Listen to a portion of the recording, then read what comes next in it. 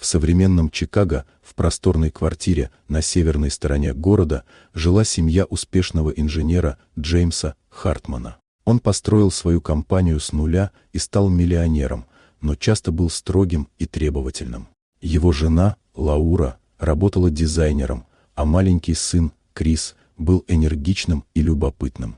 Для помощи по дому они наняли няню Энн Робертс, простую добрую женщину из небольшого города. Она заботилась о Крисе как о родном, кормила, гуляла, читала ему истории перед сном.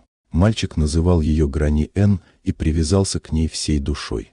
Однажды вечером Джеймс вернулся домой после трудного дня. Он увидел, как Энн тихо уговаривает Криса съесть ужин, и внезапно сорвался: «Замолчи и просто работай. Ты здесь не для разговоров, а для дела». Энн замерла, глаза ее наполнились слезами. Она молча собрала свои вещи и ушла, оставив за собой пустоту и тишину. Крис плакал и долго смотрел на дверь, куда ушла любимая няня. В доме воцарился порядок, но исчезло тепло.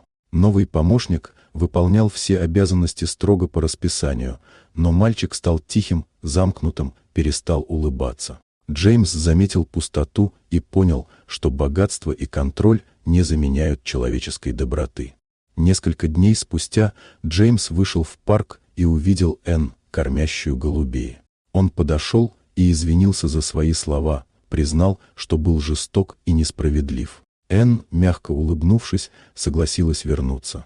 С ее возвращением дом снова наполнился смехом и теплом. Крис снова играл, рассказывал истории за ужином, а Джеймс научился ценить простые вещи, заботу, доброту, умение прощать. Он понял, что настоящее богатство — это сердце и отношения, а не миллионы на счету. Так в современном Чикаго семья Хартманов научилась, что уважение и тепло важнее любой власти, а прощение способно возвращать счастье туда, где казалось, что все потеряно. Вот такая удивительная история. Дорогие друзья, напишите в комментариях, откуда вы смотрите это видео. А если вам понравилась история, то поставьте лайк, а также подписывайтесь на канал, впереди еще много интересного.